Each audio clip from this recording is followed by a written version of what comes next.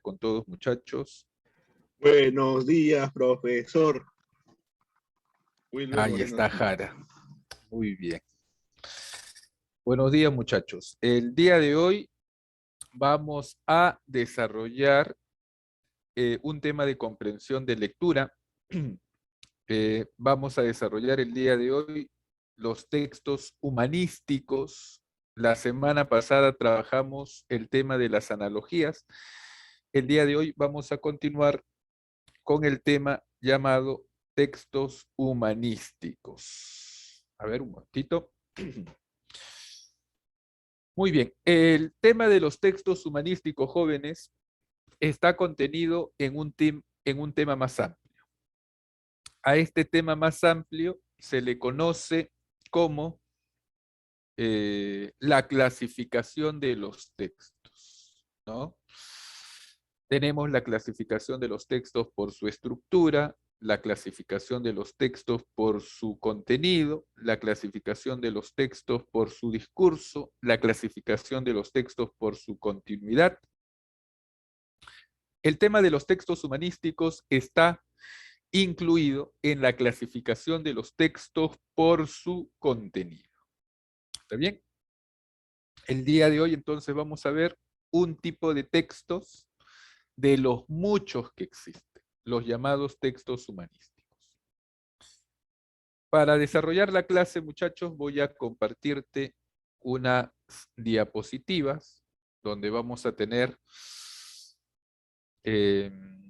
la teoría correspondiente y también unos ejemplos, y luego vamos a desarrollar los ejercicios del material. ¿Está bien? Muy bien, jovencitos. Vamos a comenzar. Voy a compartirte las diapositivas. Dame unos segundos para hacerlo. Aquí está.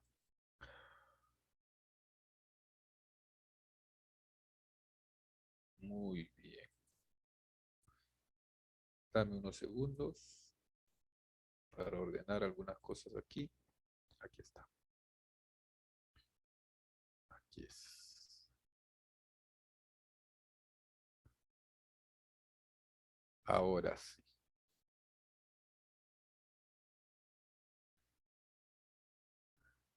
Muy bien.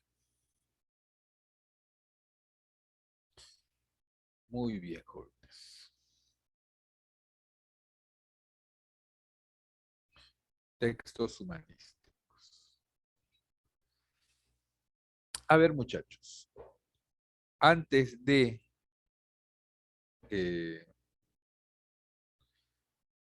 enfocarnos en los textos humanísticos, vamos a hablar sobre la clasificación de los textos para tener un esquema general de dónde se ubica el tema que vamos a desarrollar el día de hoy. Te dije hace un momento que el tema de los textos humanísticos está incluido en un tema más amplio. A este tema más amplio se le llama la clasificación de los textos o los tipos de textos o la tipología textual. Tú sabes, ¿ya?, que los textos se pueden clasificar, ¿no?, se pueden organizar de muchas formas diferentes. En razonamiento verbal vemos tradicionalmente tres formas de clasificación. Tres formas de clasificación. La clasificación de los textos por su estructura, por su contenido y por su discurso. En los últimos años se está viendo una cuarta clasificación de los textos en razonamiento verbal. ¿Cuál es esta cuarta clasificación?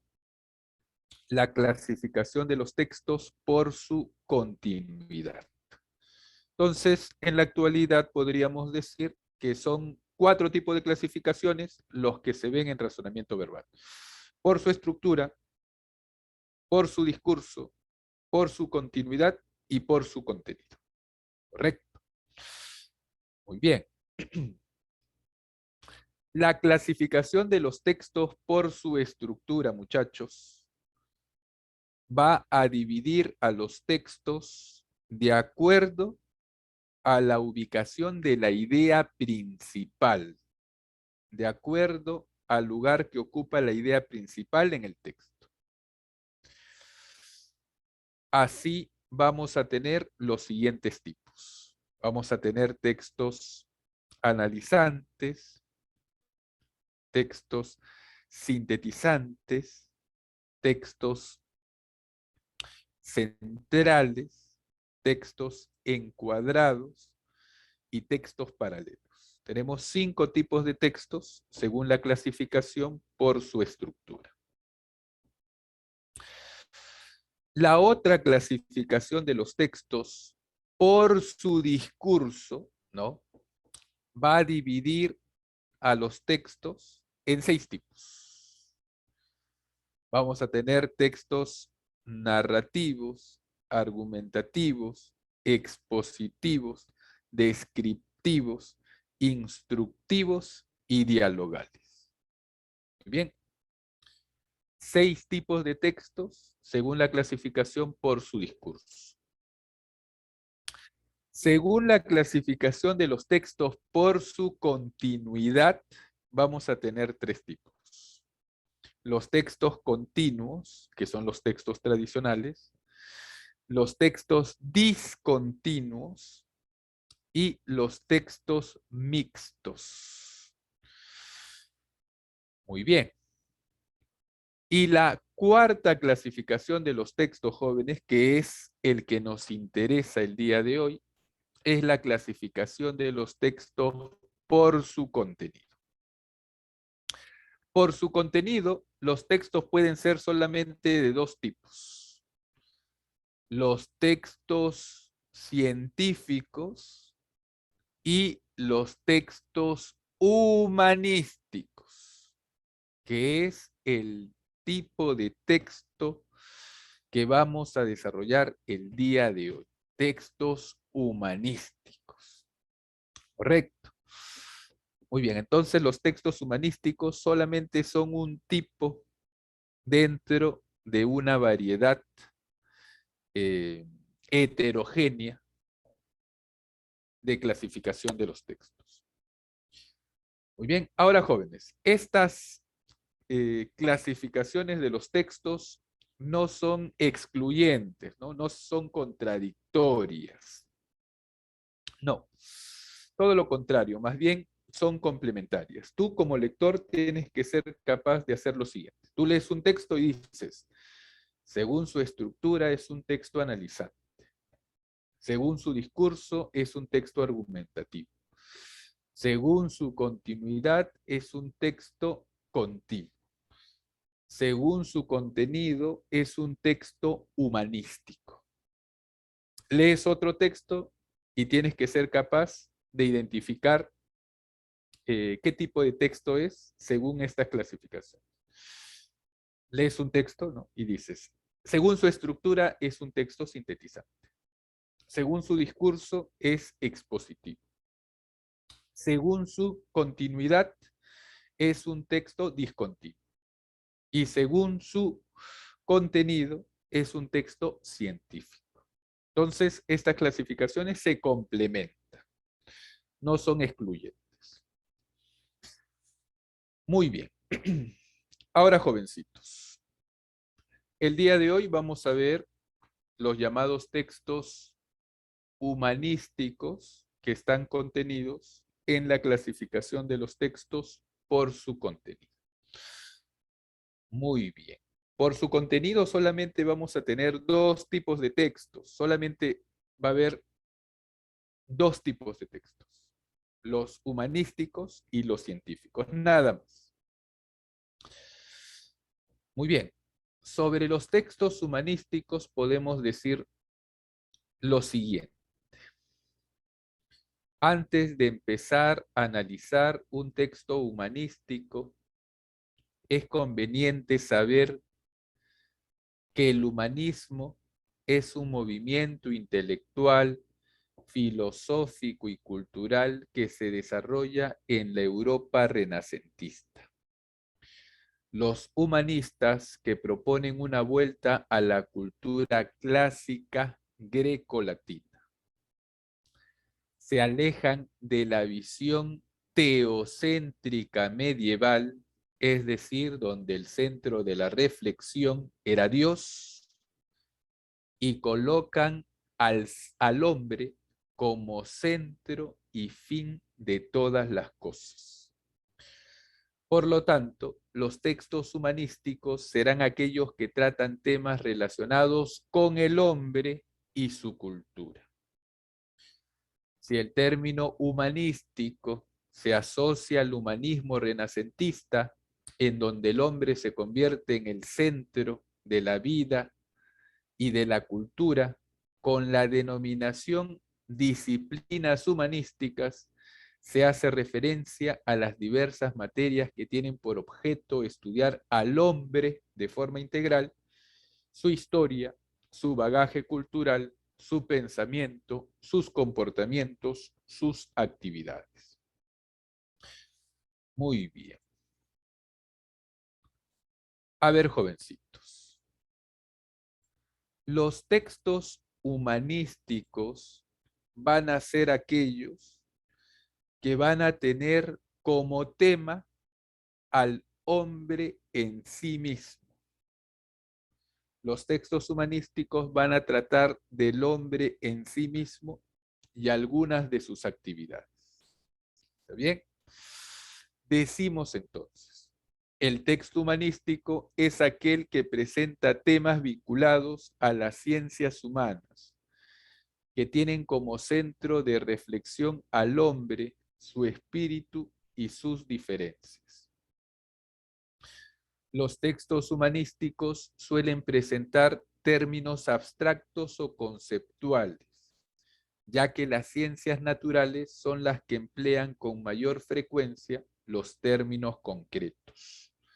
Por otra parte, los textos humanísticos incluyen tecnicismos acuñados sobre bases léxicas griegas o latinas, como ética o esencia, entre otros conceptos. Muy bien, los textos humanísticos, muchachos, entonces, va a tener como tema al hombre en sí mismo y algunas de sus actividades. Actividades incluidas dentro de los textos humanísticos son las actividades políticas, las actividades religiosas, las actividades literarias, las actividades filosóficas, las actividades históricas, las actividades artísticas, entre otras materias, entre otras especialidades. Así, por ejemplo, jóvenes, si yo cojo un libro de filosofía, cojo, por ejemplo, la Apología de Sócrates, que fue escrita por Platón, es un ejemplo de texto humanístico. Si yo cojo una novela, si yo cojo, por ejemplo, Sartoris de William Faulkner, será ejemplo de texto humanístico. Si yo cojo un texto religioso como la Biblia, será ejemplo de texto humanístico. Si yo cojo la historia de la República del Perú, de Basadre, ¿no? Si yo cojo este libro de historia, será ejemplo de texto humanístico. Si yo leo los discursos políticos de González Prada, ¿no? que están contenidos en páginas libres, será ejemplo de texto humanístico. Muy bien. Aquí vamos a ver algunas otras disciplinas relacionadas o consideradas dentro de los textos humanísticos. El número de materias que integran el grupo de ciencias humanísticas es diverso y heterogéneo. Entre ellas tenemos la antropología, que estudia al hombre como ser natural y social. El derecho, que establece las normas que regulan las relaciones entre las personas.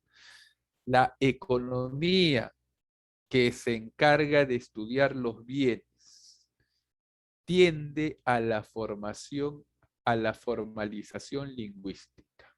La estética, que se preocupa del arte y de lo bello. La ética, que estudia los principios básicos del comportamiento.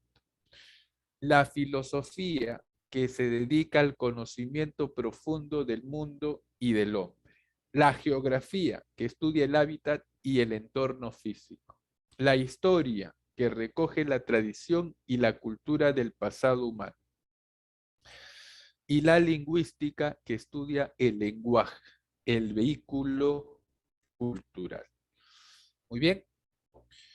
Entonces, jovencitos, el texto humanístico va a tener como tema, como asunto, al hombre en sí mismo. Hemos mencionado cuáles son algunas de las actividades que son consideradas dentro de los textos humanísticos. Muy bien. Ahora, jovencitos, los textos humanísticos se pueden dividir en dos tipos. Las ciencias sociales, ¿no? Y las ciencias humanas. En algunas universidades jóvenes, ¿no? Están separadas por facultad. Por ejemplo, en San Marcos hay una facultad de letras o ciencias humanas y hay una facultad de ciencias sociales. Muy bien, esta división en facultades tiene que ver pues con la división que hay dentro de las humanidades, ¿no? Entonces, los textos humanísticos se dividen también en estos dos tipos, las ciencias sociales por un lado y las ciencias humanas por otro lado. Los textos que pertenecen a las ciencias sociales describen y analizan la realidad social, el derecho, la sociología, la economía, la historia, la antropología, etcétera. Estos textos jóvenes son más técnicos y específicos. Muy bien.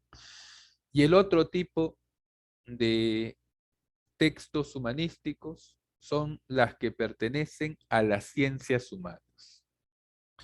Los textos que pertenecen a las ciencias humanas se centran en el ámbito individual y tienen un papel preponderante en la formación de la persona. La filosofía, la filología, la literatura, la lingüística, etcétera. Son más especulativos y abstractos. Muy bien, perfecto. Ahora, muchachos, te decía hace un momento que las clasificaciones de los textos no se contraponen, ¿no? No son contradictorias, no son excluyentes, que más bien se integran, son complementarias. Aquí en esta diapositiva justamente estamos viendo la relación que tienen la clasificación de los textos por su contenido con la clasificación de los textos por su discurso. Más precisamente, en esta diapositiva estamos viendo la relación que hay entre los textos humanísticos y la clasificación de los textos por su discurso. Muy bien. Jovencitos, los textos humanísticos, si los clasificamos según su discurso, vamos a darnos cuenta que la mayoría de ellos, de los textos humanísticos, son a la vez textos argumentativos. La mayoría de los textos humanísticos son textos argumentativos. Y en segundo lugar están los textos expositivos. Muy bien. Entonces lo que predomina, según la clasificación por su discurso en los textos humanísticos, es la argumentación en primer lugar y en segundo lugar la exposición. Muy bien. Esto en cuanto a la relación de los textos humanísticos con la clasificación de los textos por su discurso. La relación que tienen los textos humanísticos con la clasificación de los textos por su estructura es la siguiente. La mayoría de los textos humanísticos jóvenes se van a presentar de la forma deductiva. Es decir, lo más importante, la idea principal va a estar al inicio del texto. Luego el texto va a desarrollar estas ideas, esta idea importante en las posteriores oraciones. Muy bien, eso no significa pues que no haya un texto humanístico que tenga la forma encuadrada o la forma inductiva, sí existe. Pero lo que predomina, lo que es más común, lo que hallamos en mayor cantidad en los textos humanísticos es que se presentan de forma deductiva o analizada. Muy bien, a ver, continuamos. Perfecto, jovencitos. Ahora vamos a tener aquí un ejemplo de texto humanístico. Vamos a leerlo, muchachos, y vamos a responder las preguntas. ¿Está bien? Es un texto escrito por Augusto Salazar Bondy, ¿ya? Que es un reconocido filósofo peruano. No te confundas con Sebastián Salazar Bondy, ¿no? Que es el literato, el escritor. Augusto Salazar Bondy es su hermano. Él era filósofo y Sebastián Salazar Bondy era literato. Muy bien, nos referimos al filósofo. Aquí tenemos un texto filosófico, que es un tipo de texto humanístico. Los textos filosóficos jóvenes tienen como característica la densidad, la complejidad. Pero este texto que tenemos aquí no va a tener esas características porque es un texto introductorio. Entonces, más bien va a ser un texto fácil de entender. A ver, préstame atención.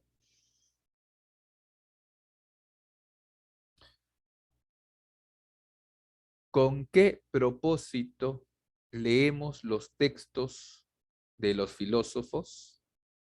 Recomendamos su lectura a los alumnos y los utilizamos en los cursos regulares de historia, en los cursos regulares de filosofía. ¿Y en qué se distingue una lectura filosófica de las de otra clase?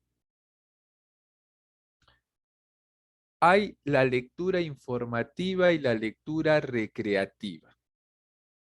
La primera, la informativa, nos proporciona datos sobre el mundo, sobre los hechos, sus causas, sus relaciones o cualidades.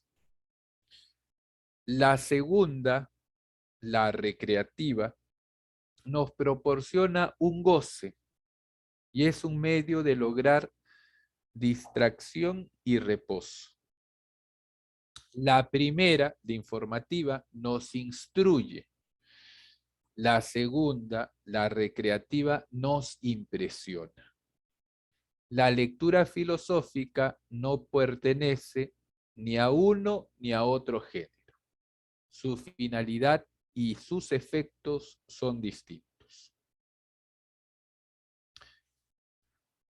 Leemos y hacemos leer los libros filosóficos con tres propósitos principales.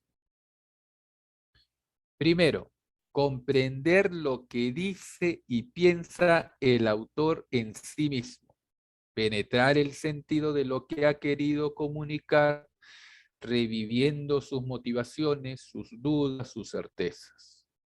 Segundo, adquirir la disciplina de la reflexión filosófica, siguiendo el modelo de una alta inteligencia. O dicho de modo diferente, aprender a ver críticamente el mundo, poniéndose en el lugar de quien posee la madurez del pensar filosófico, empapándose en este pensar. Y finalmente, en tercer lugar, adiestrarse en la técnica intelectual de análisis de los conceptos y los hechos de la formulación de las razones y evidencias. Esto es, aprender a razonar, aprendiendo a leer racionalmente. Muy bien. Texto corto, sencillo de entender. Jóvenes, señoritas, el texto responde a las dos preguntas iniciales, ¿no? ¿Cuáles eran las preguntas iniciales? La primera de ellas, ¿para qué se leen textos filosóficos? ¿Para qué se recomienda estos textos a los estudiantes del colegio? Y la segunda pregunta es, ¿cuál es la diferencia de los textos filosóficos con otros textos, con otro tipo de textos, con otro tipo de lecturas? Muy bien, el autor del texto nos dice que existen dos tipos de lectura. La lectura informativa, ¿no? Y la lectura recreativa. La lectura informativa nos proporciona datos sobre el mundo, mientras que la lectura recreativa eh, nos proporciona un goce y es un medio de lograr distracción y reposo. El autor nos dice que la lectura filosófica no pertenece ni a la lectura informativa ni a la lectura recreativa. Es un tercer tipo, es una lectura distinta. Muy bien. En el segundo párrafo se responde la otra pregunta. ¿Por qué recomendar a los estudiantes o a las personas en general leer libros de filósofos, libros de filosofía? Y el autor te da tres respuestas. En primer lugar, dice, para aprender, para comprender lo que piensa un filósofo en particular. En segundo lugar, dice, para adquirir la disciplina de la reflexión filosófica imitando a un filósofo eh, representativo. Y en tercer lugar, aprender a razonar aprendiendo a leer racionalmente. Te da tres argumentos por los cuales se recomienda la lectura filosófica a los estudiantes o a las personas en general. Muy bien. Ahora, jovencitos, vamos a responder las preguntas. Muy bien. Primera pregunta. El autor busca explicar básicamente qué cosa, muchachos.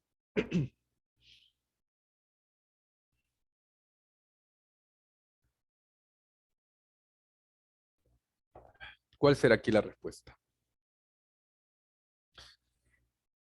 La estrecha relación entre la lectura y la reflexión en torno a la filosofía,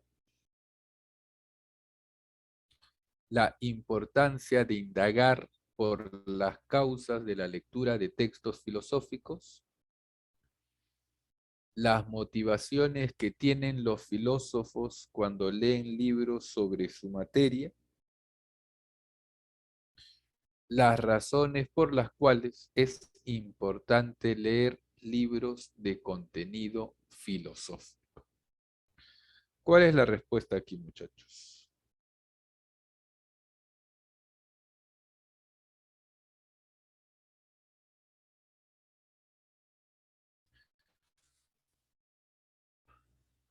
La D, me dice Grisel. ¿Cuál será la respuesta, muchachos? ¿Coinciden con su compañera Grisel?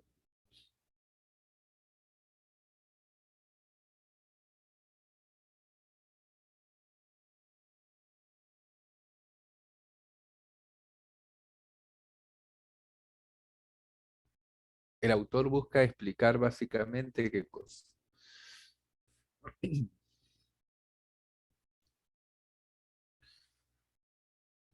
A ver, a ver, a ver. Aquí la respuesta es la D. Muy bien, Grisel. Las razones por las cuales es importante leer libros de contenido filosófico. Nos dan tres razones, ¿no? Comprender lo que dice un filósofo, eh, imitar la forma de razonar de un filósofo y en tercer lugar, aprender a tener una visión crítica gracias a la lectura. Tres razones. Muy bien. Pregunta 2. A diferencia de los textos informativos y recreativos, la obra de filosofía, ¿cuál es aquí la respuesta?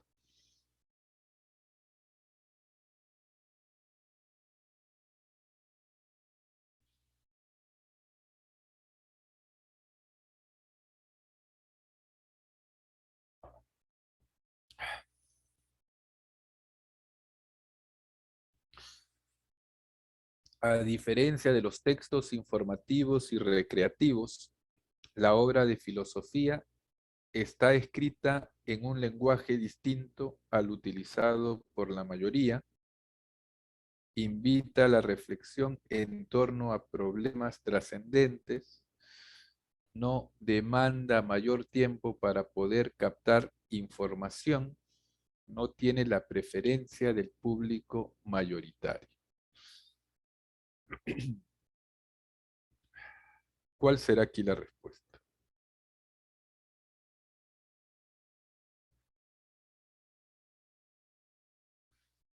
La B, me dice Grisel.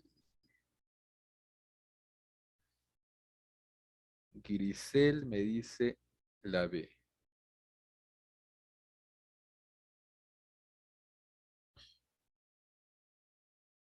Bien. ¿Están de acuerdo con su compañera?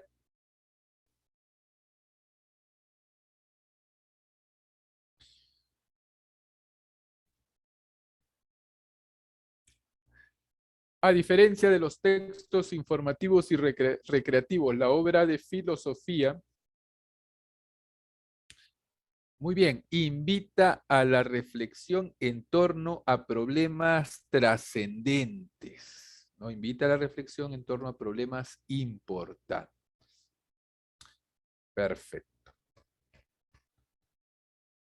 Pregunta 3, muchachos. En el texto, el autor utiliza el término empapándose para indicar qué cosa. A ver, te voy a leer esta parte donde se utiliza la palabra empapándose. Dice lo siguiente.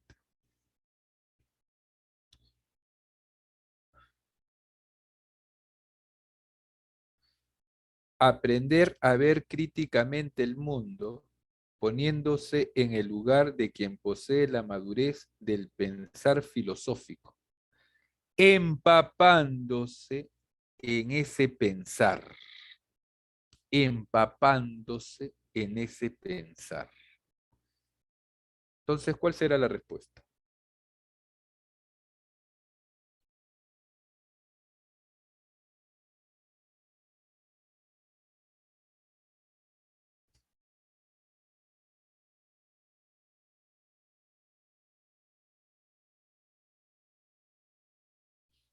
¿Cuál será aquí la respuesta? ¿Qué significa empapándose en este pensar? El aprendizaje previo de filosofía que debemos tener, el gran influjo del saber filosófico en el desarrollo social, la decisiva influencia de la filosofía en nuestras vidas, la familiaridad que logramos con el pensar filosófico. Kevin me dice la D. Arián me dice la B. Si yo te digo, por ejemplo, antes de dar tu examen de historia, empápate en esa materia. ¿Qué quiero decir con empápate en esa materia? Yo lo estoy utilizando como el autor lo utiliza, ¿no? Empapándose en ese pensar. La B, la B. O sea, significa que tienes que conocer bien esa materia, ¿no? Que tienes que saber de qué trata. ¿Cuál será? La B no es la B, jóvenes, el gran influjo del saber filosófico en el desarrollo social. No, no es la B. ¿Cuál será?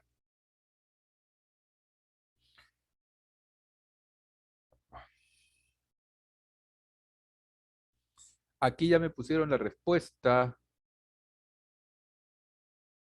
Me dijo la respuesta. A ver, a ver, a ver. Aquí la respuesta es la D. Kevin me dijo la respuesta.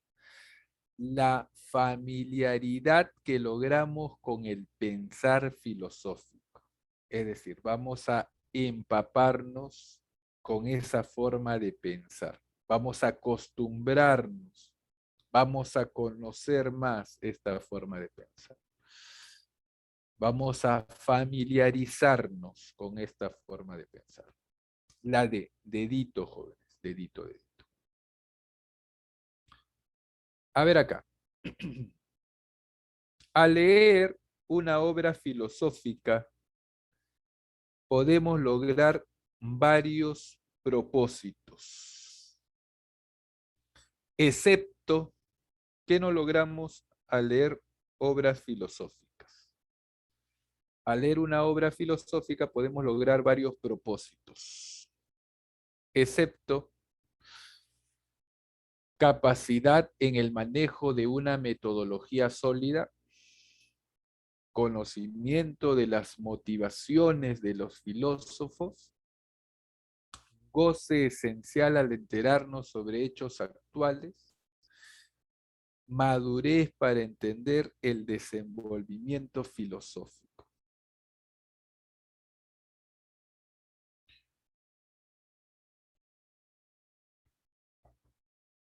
¿Cuál es la respuesta?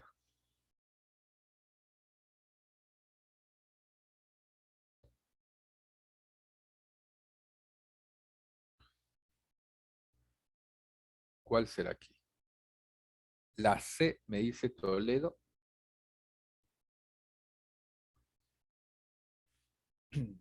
¿Cuál será aquí la respuesta? Al leer una obra filosófica podemos lograr varios propósitos, excepto... Muy bien, muchachos. Grisel también me dijo la C. Goce esencial al enterarnos sobre hechos actuales. Muy bien. Eso lo dejamos de lado. La C es la respuesta. Pregunta 5. Si se excluyera el sentido reflexivo de las obras filosóficas, entonces, ¿cuál será la respuesta?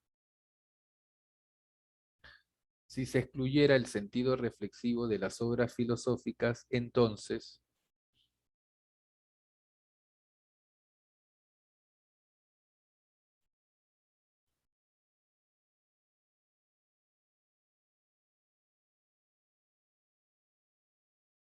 ¿cuál será la respuesta? ¿La C también?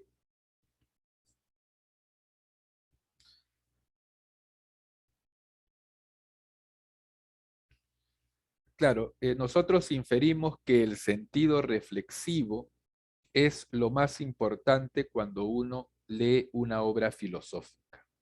Y ese sentido reflexivo no está presente cuando uno lee recreativamente o cuando uno lee para informarse. Entonces, si se excluyera el sentido reflexivo de las obras filosóficas, ¿qué sucedería? Probablemente. Muy bien, muchachos. Los lectores solo asimilarían datos sobre el mundo, o sea, se informarían, o información para recrearse. Entonces habría solamente dos tipos de lectura, la recreativa y la informativa. La C es la respuesta. Muy bien, muchachos. Continuamos. Un texto más. A ver, jovencitos. En este texto se nos va a decir que es posible rastrear la personalidad de un autor a través de sus obras creativas, de un cuento o de una novela. Según el autor del texto, eh, el artista muestra con mucha mayor fidelidad su personalidad en su obra creativa que cuando escribe una autobiografía, por ejemplo. Porque en su obra creativa va a poner incluso aspectos inconscientes que él mismo, ¿no? Es decir, aspectos sobre él que incluso él mismo ignora. Muy bien, vamos a leer el texto. Es imposible que un artista creativo escriba un libro o artículo sin dejar huella en él y sin proyectar a la vez sus complejos y problemas más íntimos.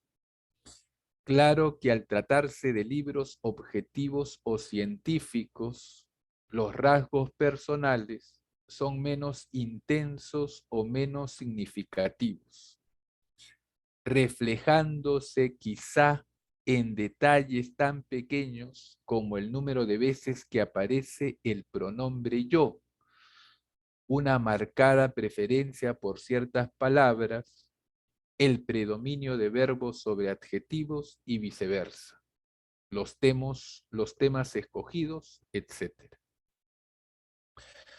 Pero en el caso de la novela, las posibilidades de encontrar signos psicológicos conscientes o inconscientes son infinitas. Incluso existe una prueba caracterológica llamada TAT, en la que se pide al sujeto que escriba cuentos con el fin de conocer así su personalidad.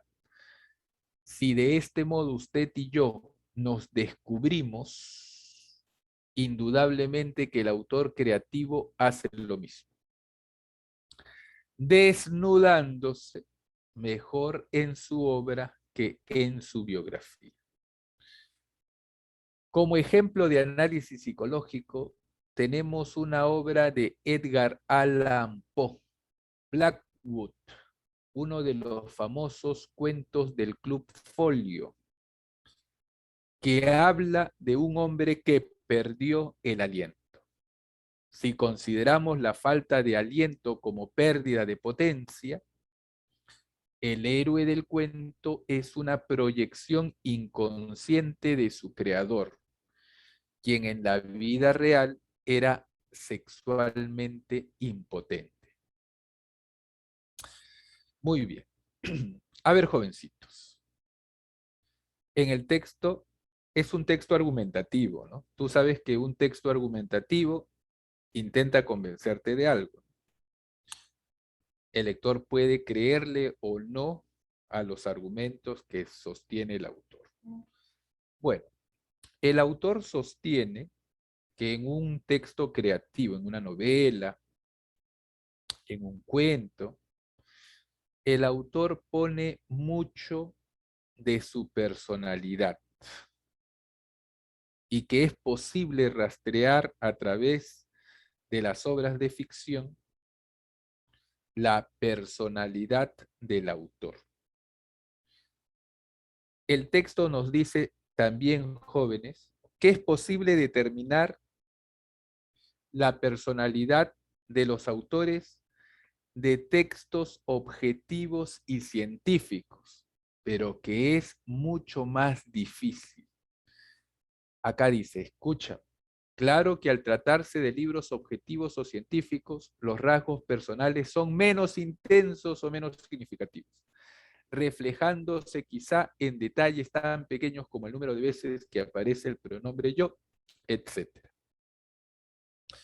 Es decir, sí se puede rastrear la personalidad de un autor de textos objetivos o científicos, pero que es un poco más complicado hacerlo. Muy bien. En el texto se nos dice también, ¿no? Como prueba de lo que nos plantea el autor, de que hay una prueba caracterológica llamada TAT, que consiste en mandar a una persona que escriba un cuento. Y el analista a través de ese cuento encuentra pues algunos rasgos de personalidad. El autor sostiene, si eso se puede hacer con una persona común y corriente, entonces lo mismo se puede hacer con un autor que se dedica a la literatura.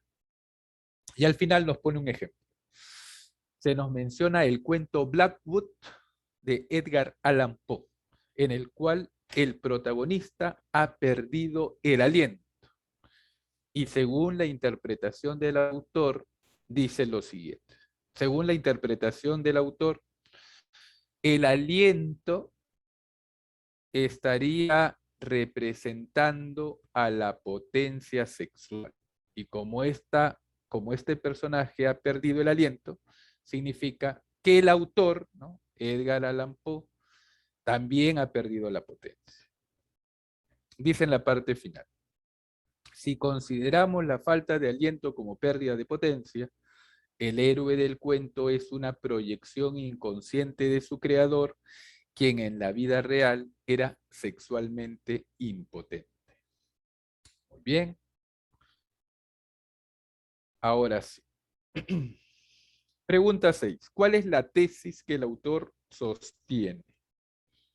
O sea, ¿cuál es la idea principal? ¿Cuál será, jovencitos? ¿Cuál será?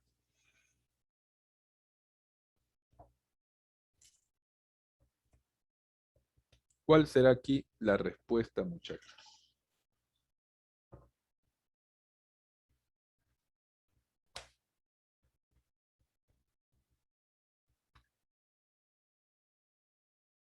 La B, me dice Allison. Grisel también me dice la B.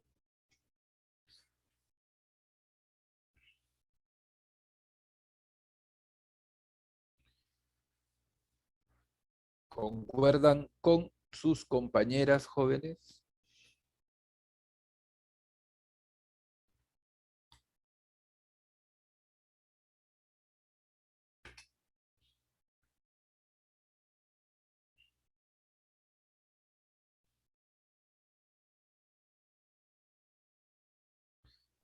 Aquí la respuesta, muy bien, es la B. La tesis que el autor sustenta es la personalidad de un autor está proyectada en el contenido de sus obras literarias, ¿no? Eso sostiene el autor. Esa es su tesis. ¿En qué se diferencia una obra científica de una obra creativa? ¿Cuál es la respuesta aquí?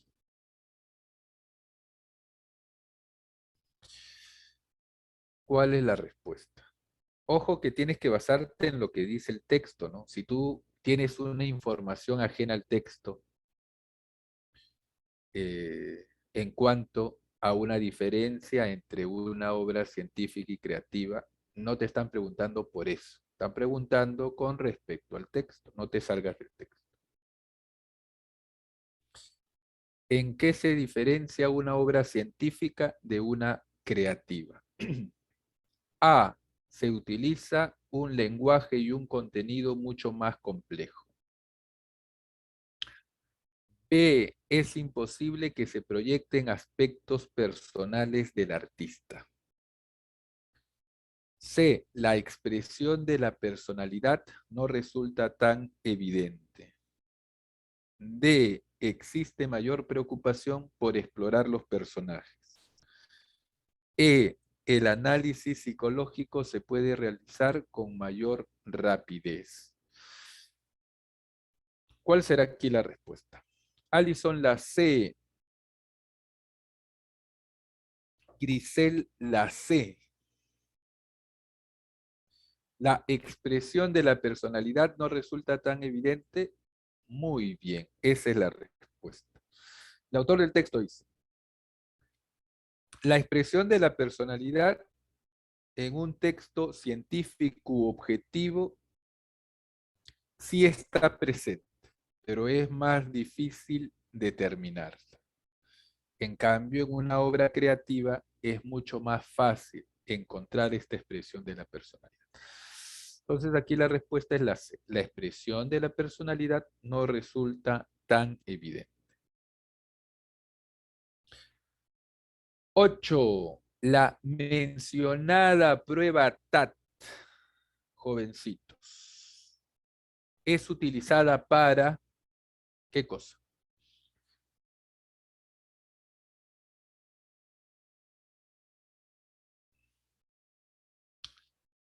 A, me dice Grisel. ¿Están de acuerdo? A de avión.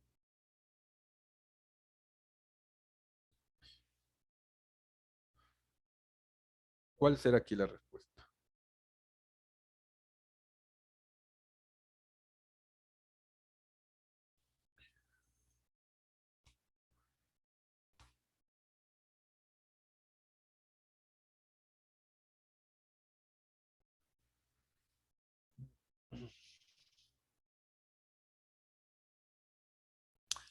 La mencionada prueba TAT es utilizada para formarse un perfil psicológico de la persona, entender mejor a los novelistas y científicos, entender la importancia de la creación literaria, mejorar los contenidos de la psicología, eliminar los problemas que tenía Poe. ¿Para qué se utiliza esta prueba TAT? ¿No? Que consiste en decirle a una persona que escriba un cuento. ¿Para qué se hace esto? Grisel me dice la A de avión. ¿Concuerdan, jovencitos? Señoritas. A ver, a ver, a ver. Aquí la respuesta, muy bien, Grisel. Perfecto. Formarse un perfil psicológico de la persona. En la pregunta 9, el autor considera que en el cuento Blackwood, ¿cuál es la respuesta? La D. Grisel me dice la D. Alison me dice la D. ¿Será la D? ¿Será la D? El aliento está simbolizando la potencia sexual. Muy bien, la D es la respuesta. Y la 10. En el contexto Desnudándose se entiende como. ¿Qué cosa es desnudándose en el contexto? Dice lo siguiente.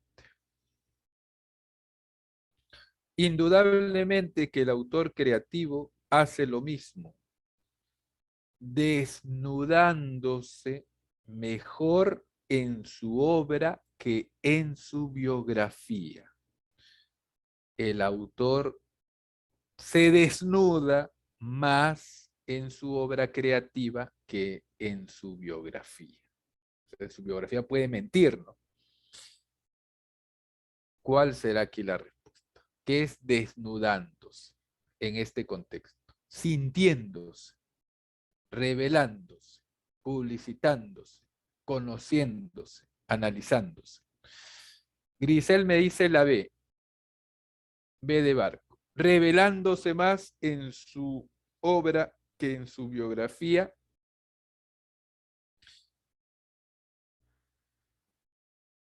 Muy bien, la B es la respuesta. Muy bien, Grisel, revelándose, revelándose. Perfecto. Muy bien, jovencitos. Ahora voy a compartirte el otro material para continuar. Dame unos segundos para compartirte el material que nos corresponde. A ver, a ver, a ver.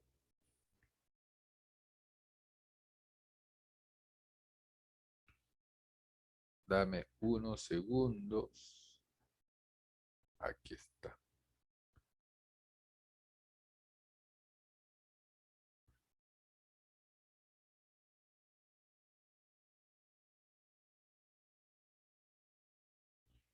Ahí está.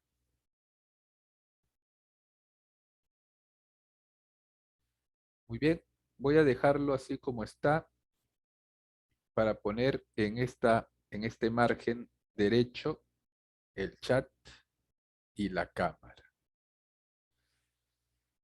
Muy bien, fíjate, aquí tenemos un texto discontinuo. Un texto discontinuo. Una infografía. Y preguntas sobre este texto discontinuo, que está hablando sobre la obesidad y el sobrepeso. Sobrepeso. El sobrepeso y la obesidad. Muy bien, vamos a analizar esta infografía para poder responder las preguntas. Tenemos un texto humanístico que es a la vez un texto discontinuo, ¿no? Muy bien. Sobrepeso y obesidad. El sobrepeso y la obesidad se dan por un desequilibrio energético entre calorías consumidas y gastadas. Principal de riesgo de muerte. A ver, ¿cómo es esto? Quinto factor principal de riesgo de muerte en el mundo. El sobrepeso y la obesidad, jóvenes, escúchenme, es el quinto factor principal de riesgo de muerte en el mundo.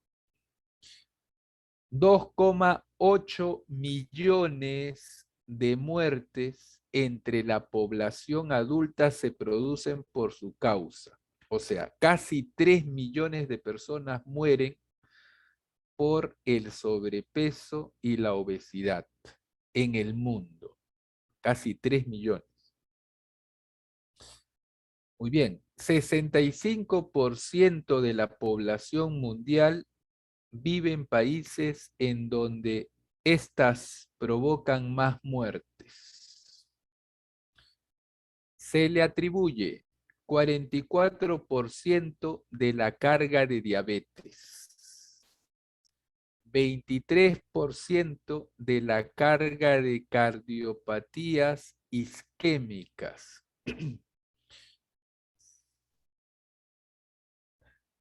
7% y 41% de la carga de algunos tipos de cáncer. Aquí tenemos más datos.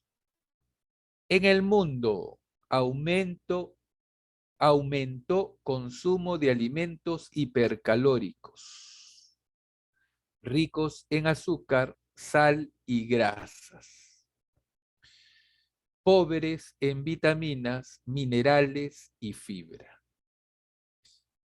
Descendió práctica de actividades físicas, modos de trabajo, desplazamiento, urbanización, dice, dando origen al sedentarismo.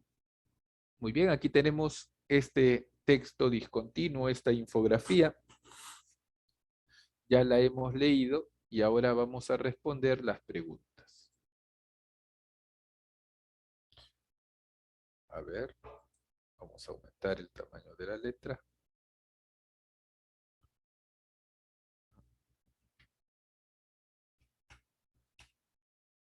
Ahí está.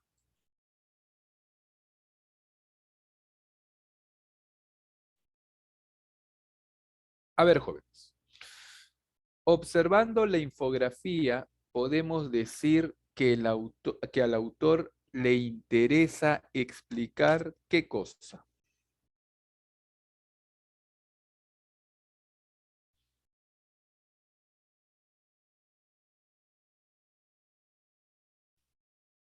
La B, me dicen,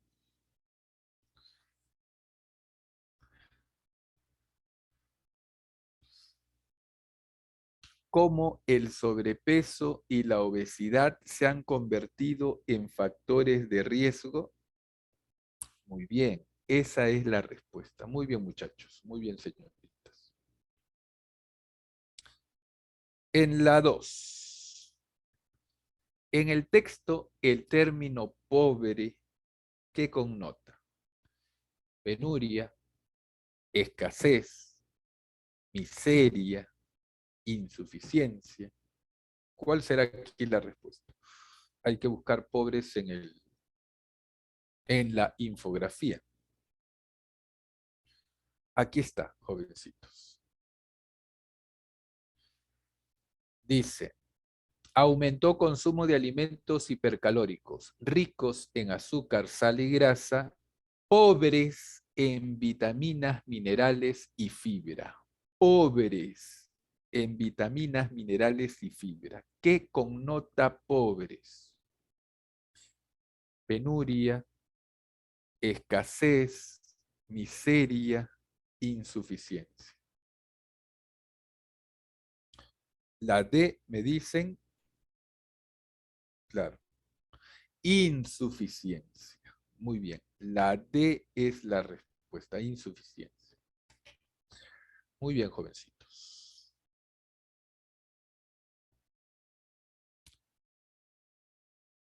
Pregunta 3.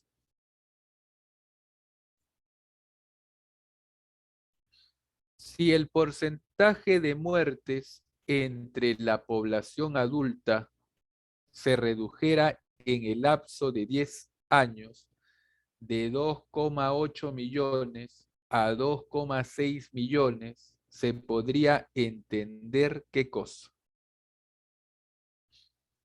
Claro, en el texto se nos decía que 2,8 millones de personas en el mundo muere a causa ya sea del sobrepeso o de la obesidad.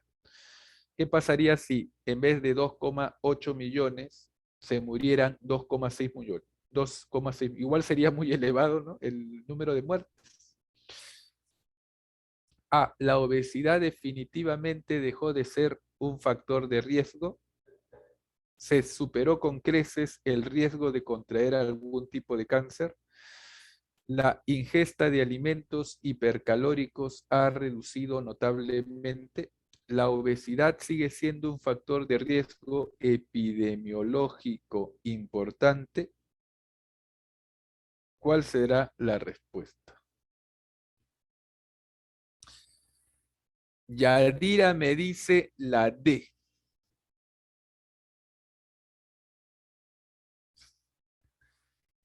¿Están de acuerdo con su compañera?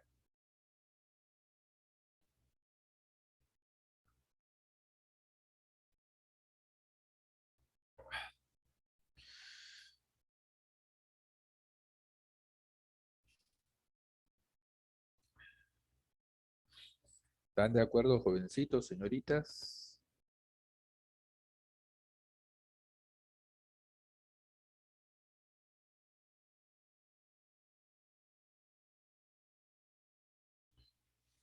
¿Cuál es la respuesta aquí, muchachos?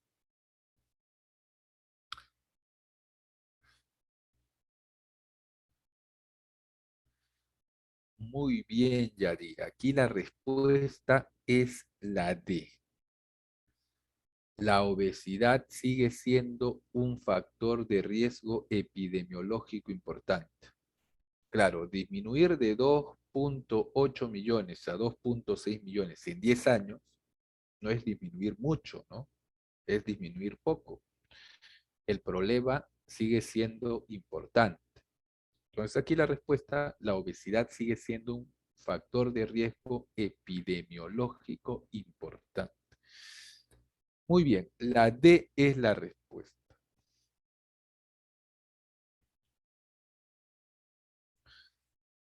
En la 4, es posible inferir del texto que el incremento del sedentarismo tiene que ver con... ¿Cuál será aquí la respuesta, muchachos? Es posible colegir del texto que el incremento del sedentarismo tiene que ver con el incremento del consumo de alimentos hipercalóricos, lo dinámico de las actividades que se realizan en el campo, el cansancio que actualmente agobia a las personas, los cambios que ha impulsado la modernidad. ¿Qué podemos inferir? Acá dice, ¿no? En el mundo descendió prácticas de actividad física, modos de trabajo, desplazamiento, urbanización, dando origen al sedentarismo. Entonces, como las personas en la actualidad son más sedentarias que antes, tienden a la obesidad o al sobrepeso, ¿no? Es posible colegir del texto que el incremento del sedentarismo tiene que ver con... Yadira me dice la D. Stephanie me dice la D también. Crispín también la D. Todas coinciden. Muy bien, aquí la respuesta es la D de dedo. Los cambios que ha impulsado la modernidad. La D es la respuesta. Muy bien. Perfecto, muchachos. Pregunta 5. Pregunta 5.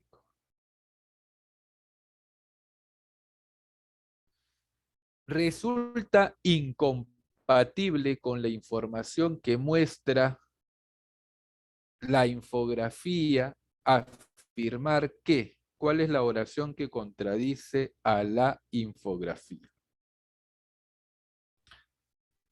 Parte de la población no puede seguir una dieta adecuada. Se debería mantener el equilibrio entre calorías ingeridas y gastadas. La obesidad origina el 23% de las cardiopatías reumáticas. La diabetes está relacionada con el sobrepeso y la obesidad, quiero decir sobreprecio. Sobrepeso y la obesidad. ¿Cuál es aquí la respuesta? Yadira me dice la C. La C, la obesidad origina el 23% de las cardiopatías reumáticas. ¿Eso es incompatible? La C, la C. A ver, a ver, a ver, a ver, a ver. Aquí está. 23% de la carga de cardiopatías isquémicas. Ajá. Y acá dice La obesidad origina el 23% de las cardiopatías reumáticas. Muy bien, la C es incompatible con respecto al texto. Muy bien, la C es la respuesta.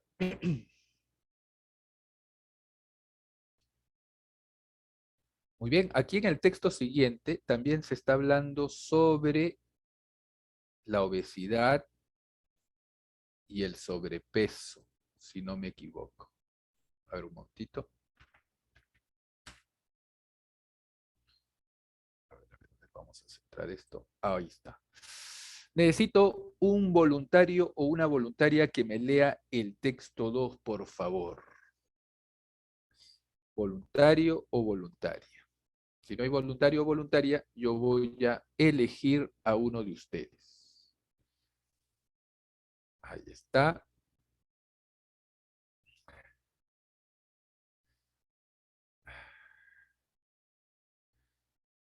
A ver, ¿a quién designamos? Jara, ¿me vas a ayudar? Lee el texto, por favor. Ya, profesor, texto 2. Un estudio realizado en Estados Unidos que se llevó a cabo sobre una población de 14.355 chicos y chicas de 9 a 14 años y que fue publicado en Pediatrics. Mostró una relación estrecha entre el consumo de comida rápida y el sobrepeso. La costumbre de frecuentar restaurantes de comida rápida supone que los adolescentes siguen dietas insanas, toman menos frutas y verduras, consumen más bebidas azucaradas y su comida es menos variada. Cuando se toca el tema, muchos padres pensamos que nuestros hijos todavía son muy jóvenes para tener problemas de corazón y que ya tendrán tiempo más adelante de preocuparse por esas cuestiones. Por supuesto que esto es un tremendo error, ya que, en primer lugar, serán adultos con una obesidad establecida contra la que tendrán que luchar arduamente. Pero, además, habrán adquirido unas alimenticias que los condicionarán en gran medida. Por otra parte, los que muchos padres ignoramos es que la obesidad puede ocasionar en quien la sufre problemas médicos desde muy temprana edad. Adicionalmente, a esa edad se es muy vulnerable a ciertos aspectos psicológicos, como la autoestima derivada de la propia apariencia, aspecto determinante en la psicología de los adolescentes, y que por ello se debe tener muy en cuenta. Una vez asumida la importancia del problema, la cuestión es cómo conseguir que nuestros hijos cambien sus costumbres alimenticias. Los autores del estudio, entre los que se encuentra la doctora Elsie Taveras, de la Escuela Pública de Salud de Harvard, resaltan la importancia de la educación nutricional tanto de los hijos como de los padres. Ahí está. ¿Leo Gracias, la pregunta Jara, también? por la lectura. No, hasta ahí nada más. Está bien. Gracias. Gracias, gracias. A ver, jóvenes. Aquí en el texto se está hablando del sobrepeso y la obesidad en menores de edad, ¿no? En menores de edad. Hay una parte aquí interesante que dice, cuando se toca el tema, muchos padres pensamos que nuestros hijos todavía son muy jóvenes para tener problemas de corazón y que ya tendrán tiempo más adelante de preocuparse por esas cuestiones. Muy bien. A ver, jovencitos, vamos a responder las preguntas. La primera de ellas, la 6. La 6. A ver, dice lo siguiente. La idea central que el texto plantea tiene que ver con... ¿Cuál será aquí la respuesta? Investigaciones realizadas en la Universidad de Harvard sobre las consecuencias del sobrepeso en adolescentes. los efectos psicológicos que trae como consecuencia el aumento de peso en adolescentes de 9 a 14 años, las dietas insanas de los adolescentes y la costumbre de frecuentar restaurantes de comida rápida, el desconocimiento de los padres sobre las consecuencias negativas que una mala alimentación pueda tener para sus hijos. ¿Cuál es la idea principal? ¿Cuál será aquí la respuesta?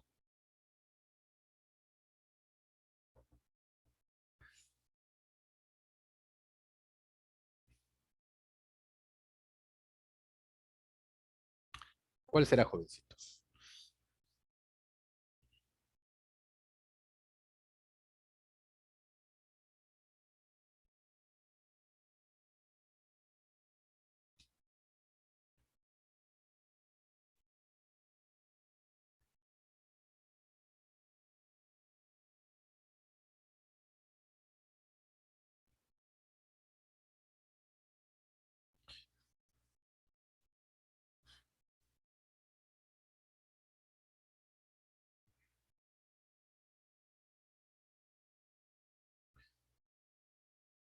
¿Cuál será la respuesta, muchachos?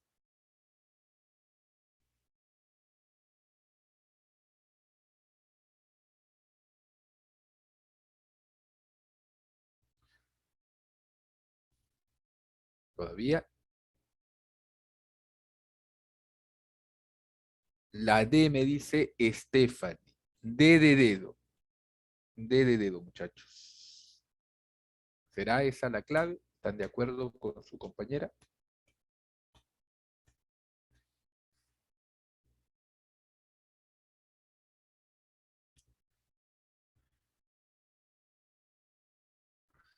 Claro, en el texto se habla, en el texto se hace hincapié, se habla principalmente sobre el desconocimiento que tienen los padres sobre la mala alimentación de sus hijos.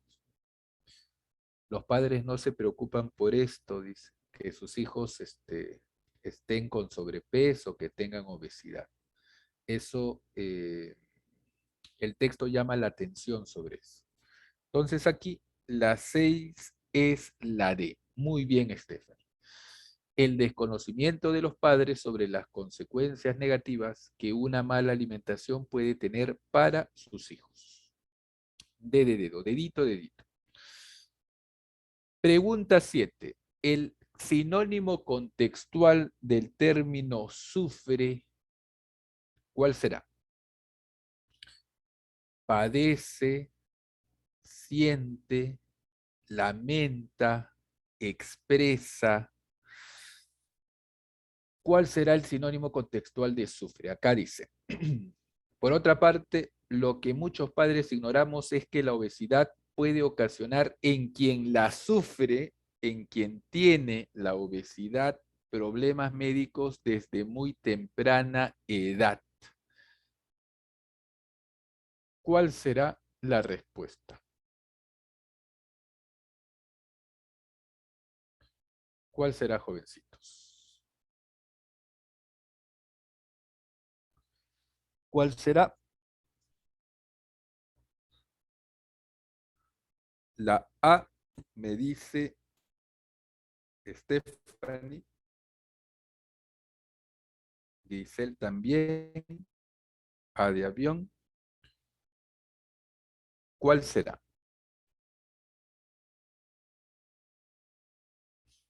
Aquí en la 7. Muy bien, padece, ¿no? Padece. Perfecto. En quien la padece. Problemas médicos desde muy temprana edad. Perfecto. El término tremendo connota ¿qué cosa? Dice aquí, por supuesto que esto es un tremendo error, ya que en primer lugar serán adultos con una obesidad establecida. Por supuesto que esto es un tremendo error. ¿Qué connota tremendo? satisfacción, inmensidad, gravedad o seriedad. Cuando se toca el tema, muchos padres pensamos que nuestros hijos todavía son muy jóvenes para tener problemas del corazón y que ya tendrán tiempo más adelante de preocuparse por estas cuestiones. Por supuesto que esto es un tremendo error. Por supuesto que esto es tremendo error. ¿Qué connota tremendo? Satisfacción, inmensidad, gravedad o seriedad.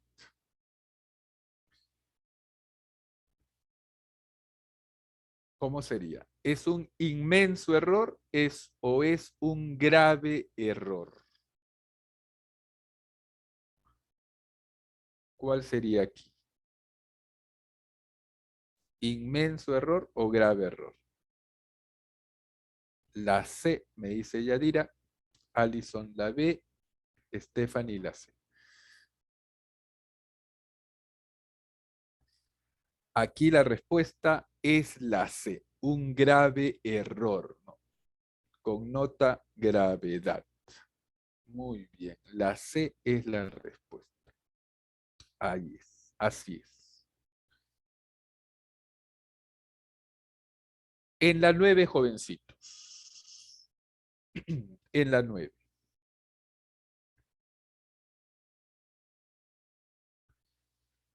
Es incompatible con el texto sostener que.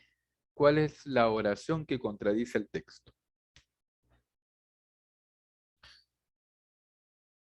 Para la doctora Taveras es muy importante la educación nutricional. Los hábitos alimenticios tienen poca incidencia en la buena salud.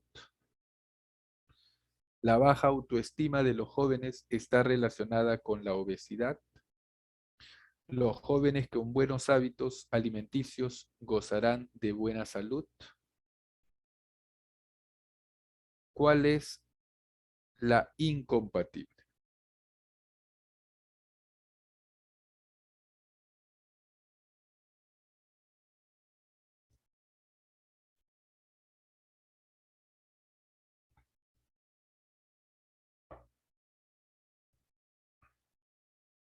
La B, me dice Yadira.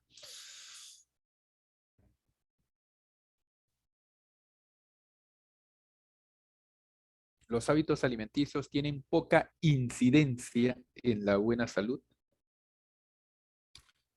¿Concuerdan con su compañera Yadira, jóvenes?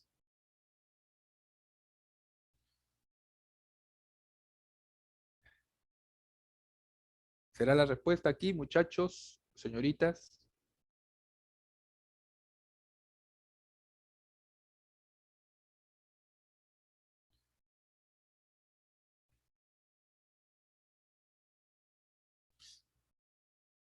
A ver, aquí la respuesta es la B. Muy bien. Los hábitos alimenticios tienen poca incidencia en la buena salud. No tienen poca incidencia, sino una incidencia principal. No tienen mucha incidencia.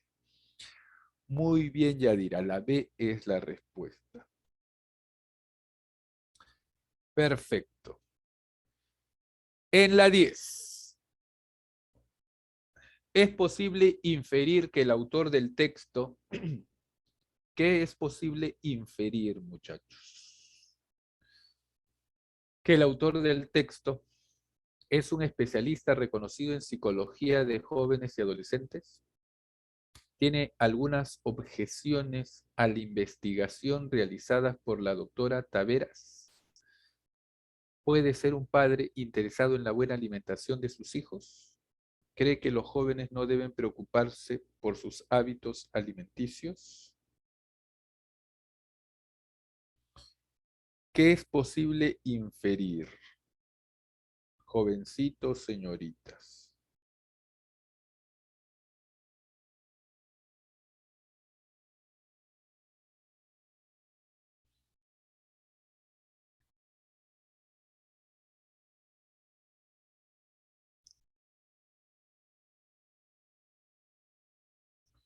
¿Cuál será aquí?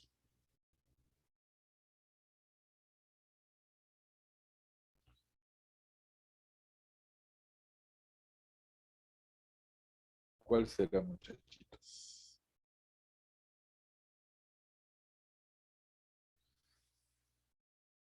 La C, me dice Yadira. ¿Puede ser un padre interesado en la buena alimentación de sus hijos? ¿Será?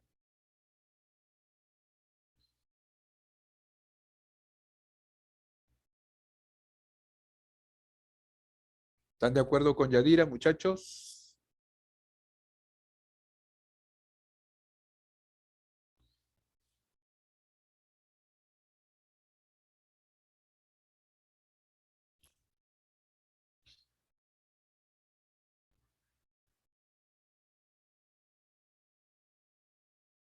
¿Cuál será aquí la respuesta?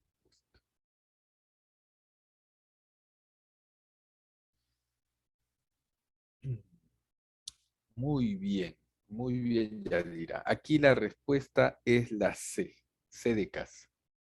Puede ser un padre interesado en la buena alimentación de sus hijos. Claro, aquí hay una clave, ¿no? Dice, cuando se toca el tema, muchos padres pensamos que nuestros hijos, él se incluye como un padre de familia. Cuando se toca el tema, muchos padres pensamos que nuestros hijos todavía son muy jóvenes para tener problemas de corazón y que ya tendrán tiempo más adelante de preocuparse por estas cuestiones. Por supuesto que esto es un tremendo error. Entonces es un padre de familia, ¿no? Que está preocupado, claro. Entonces aquí la respuesta es la C. Puede ser un padre interesado en la buena alimentación de sus hijos. Muy bien, Yadira. Pregunta 11. Pregunta 11. Si los padres asumieran la importancia del problema de la mala alimentación de sus hijos, ¿qué sucedería? Pregunta de extrapolación. ¿Cuál será aquí la respuesta? También ellos podrían llevar una vida saludable evitando la obesidad. Estos reducirían sus visitas a los restaurantes de comida rápida. Les evitarían para siempre todo tipo de problemas y alteraciones psicológicos. La vida de estos se perfilaría como una vida más sana física y mentalmente.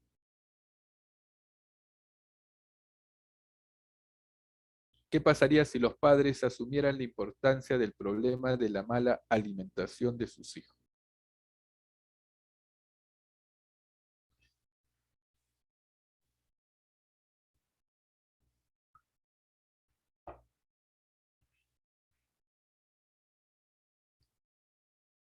La D, me dice Yadira.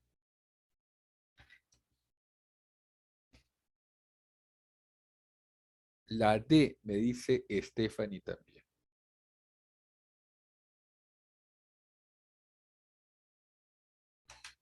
A ver, a ver, a ver. Aquí la respuesta es la D. Evidentemente, la vida de estos se perfilaría como una vida más sana física y mentalmente. La D es la respuesta. Perfecto. Muy bien. Ahora vamos a leer el siguiente texto, un texto cortito que habla sobre el budismo tibetano. El budismo tibetano. A ver, a ver, a ver. Un voluntario o una voluntaria que me ayude con la lectura. Jovencitos. Crispín quiere, profe, Crispín. Crispín, están, quieren Crispín, escuchar hace a rato me Crispín. está pidiendo, profe, hace rato. A ver, vamos a ver, vamos a ver. Primero un voluntario o voluntaria. Crispín no tiene micro, dice. No tiene micro, Crispín. A ver, a ver. Vamos a darle oportunidad. Profesor, Aquí. Sí, ¿puedo yo? claro. Sí, señorita. A ver, comienza. Bajo el reinado de Atlan Khan, emperador del Imperio Mongol, el budismo tibetano o lamaísta se convirtió en la religión oficial, con Tíbet como su capital espiritual. Hasta la fecha es la religión oficial del estado de Bután, en el que tiene gran incidencia política. Asimismo, minorías budistas lamaístas abundan entre los pueblos de etnia tibetana de Sikkim y Nepal, y entre los pueblos mongoles De hecho, el budismo es una de las cuatro grandes religiones de Rusia y casi todos los budistas rusos son lamaístas. Aunque en India, particularmente en el área de Himalayas indios, y Nepal existían comunidades lamaístas desde hace muchos siglos, la llegada de miles de refugiados tibetanos que escapaban de la invasión china se multiplicó. Sin embargo, tras la invasión de China al Tíbet en 1950, el budismo tibetano ha afrontado una dura crisis, ya que se prohibió la práctica de esta religión. Ello trajo como una consecuencia la destrucción de pueblos, la destrucción de monasterios, el encarcelamiento de monjes y una serie de violaciones a los derechos humanos del pueblo tibetano. Pero por otro lado, el budismo lamaísta se ha extendido a través de Occidente, en parte gracias al activismo político generado a raíz de la invasión. Muy bien, señorita. Gracias por la lectura. Perfecto. Aquí en el texto se está hablando sobre el budismo tibetano, ¿no? O llamado lamaísta. Hay una película muy buena sobre el budismo. Bueno, no es sobre el budismo, pero se, se ve la religión budista, la religión budista tibetana. Se llama 7 años en el Tíbet o algo parecido. Si pueden, búsquenla, es interesante, es muy buena. ¿Está bien? Justo hablan también de la invasión de los chinos al Tíbet, ¿no? Muy bien, a ver, jovencitos. Texto cortito, facilito de entender. Vamos a responder preguntas sobre él. En la pregunta 12, el texto se centra principalmente en la, ¿qué cosa? Historia de los refugiados tibetanos, invasión china a la región del Tíbet, influencia política del budismo lamaísta, expansión y alcance del budismo tibetano. ¿Cuál será la respuesta? La D, me dice Stephanie. Dedito, dedito. ¿Están de acuerdo, jóvenes?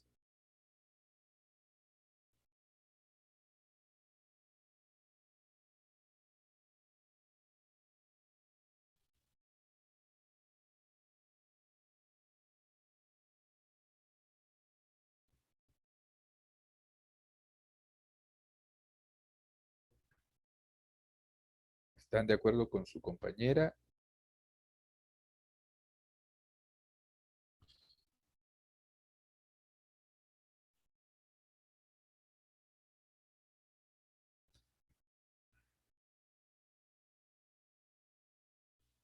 Muy bien, Stephanie. Aquí la respuesta es la D. Expansión y alcance del budismo tibetano. D. Muy bien. D. En la siguiente. La expresión se multiplicó. ¿Cuál será la respuesta? La expresión se multiplicó con nota, abundancia, amplitud, extensión, incremento. ¿Cuál será? Dice aquí, ¿no? La llegada de miles de refugiados tibetanos que escapaban de la invasión china se multiplicó. Se multiplicó. ¿Qué connota se multiplicó? Abundancia, amplitud, extensión o incremento. Me dicen la D. D. A ver, a ver, a ver.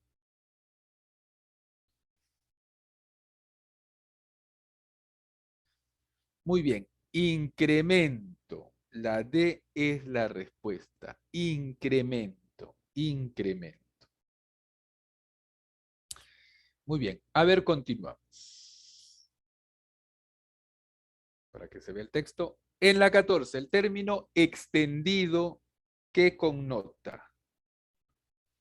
Extendido. Dice, pero por otro lado el budismo lamaísta se ha extendido a través de Occidente, en parte gracias al activismo político generado a raíz de la invasión. Extendido. Difusión, prohibición, dilación, plétora. Dilación es demora, ¿no? Demora. Demora. Plétora, pletórico significa lleno. Lleno. Yadira me dice la A. ¿Será la A la respuesta?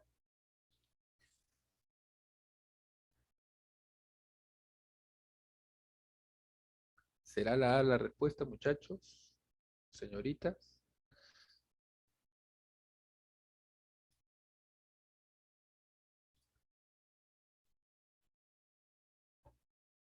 A ver, a ver, a ver. Aquí la respuesta, jovencitos, es la A.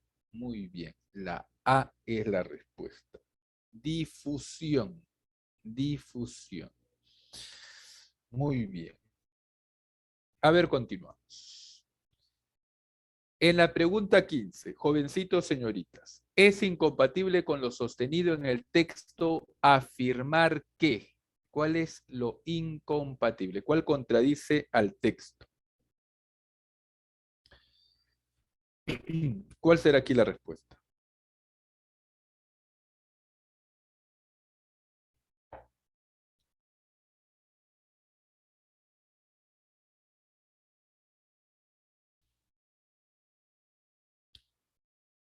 ¿Cuál será la respuesta, muchachitos?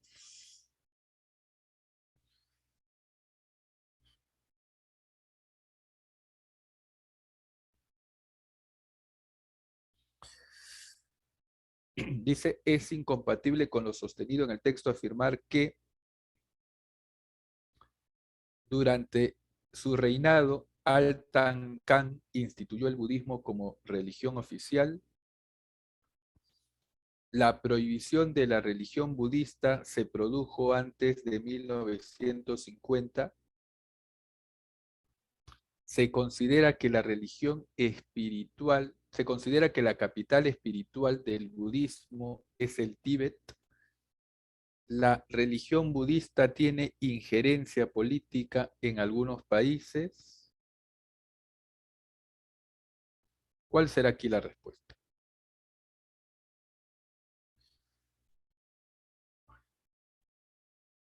¿Qué ha pasado aquí? Tenemos una nueva alumna.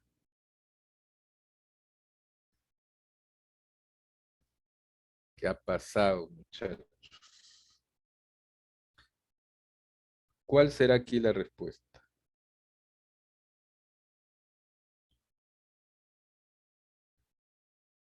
A ver, vamos a volver al texto. Vamos a volver al texto. Dice aquí, sin embargo, tras la invasión de China a Tíbet en 1950.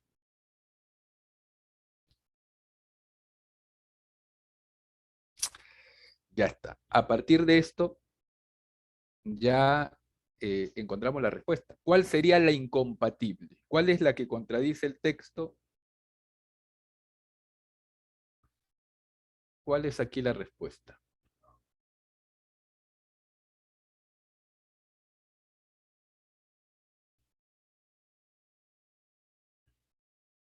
¿Cuál será la respuesta?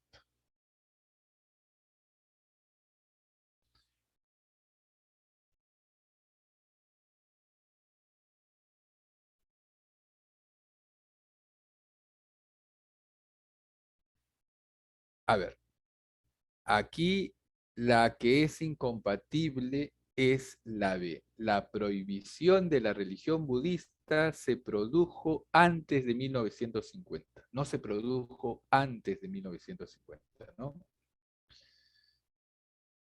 Se produjo en 1950, dice el texto. Entonces aquí la B es la incompatible. La incompatible.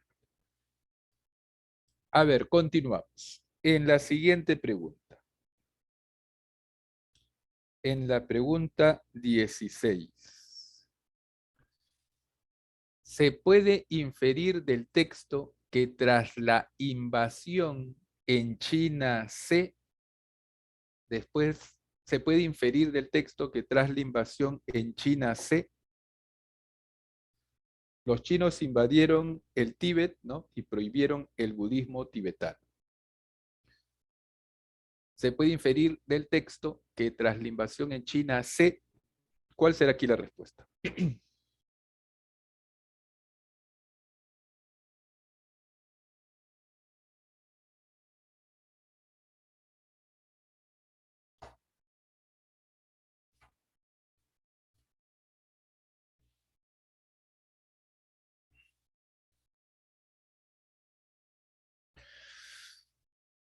¿Cuál será la respuesta, muchachos?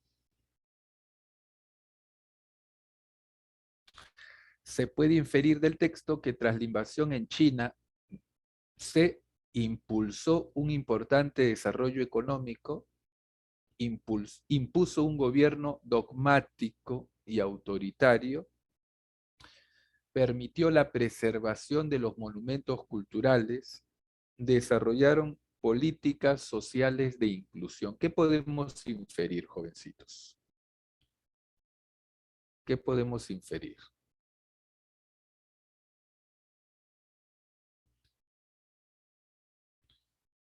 ¿Cuál es la respuesta? Sin embargo, tras la invasión de China al Tíbet en 1950, el budismo tibetano ha afrontado una dura crisis, ya que se prohibió la práctica de esta religión. Los chinos prohibieron la práctica de la religión lamaísta. Ello trajo como consecuencia la destrucción de monasterios, el encarcelamiento de monjes y una serie de violaciones a los derechos humanos del pueblo tibetano. Pero por otro lado, el budismo lamaísta se ha extendido a través de Occidente en parte gracias al activismo político generado a raíz de la invasión. Muy bien. Se puede inferir del texto que tras la invasión en China ¿cuál será aquí la respuesta?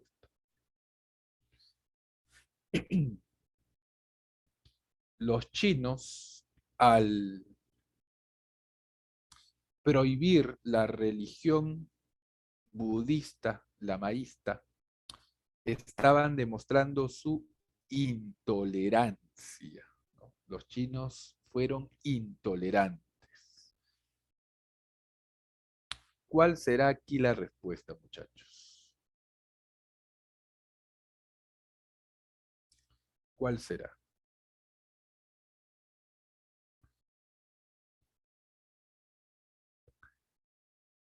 Todavía, aquí la respuesta, jovencitos, es la B.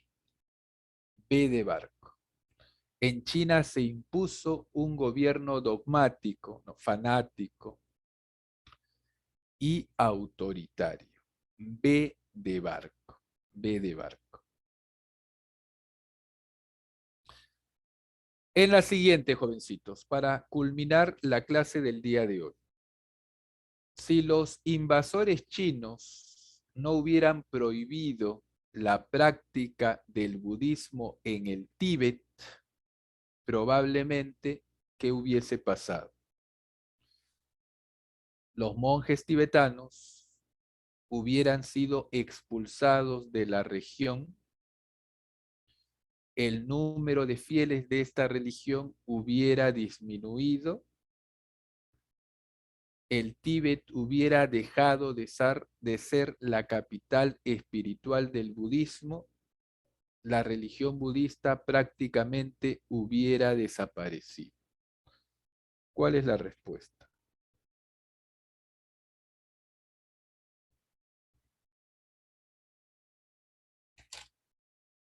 ¿Cuál será aquí la respuesta, muchachitos? En el texto se nos dice que cuando prohibieron los chinos en el Tíbet el budismo lamaísta, varios escaparon. Y esta prohibición hizo que el budismo lamaísta se extendiera a través de Occidente, en parte gracias al activismo político generado a raíz de la invasión. Es decir, aumentó la cantidad de seguidores de esta religión. Si los invasores chinos no hubieran prohibido la práctica del budismo en el Tíbet, probablemente, ¿qué hubiera ocurrido? Aquí, ¿cuál será?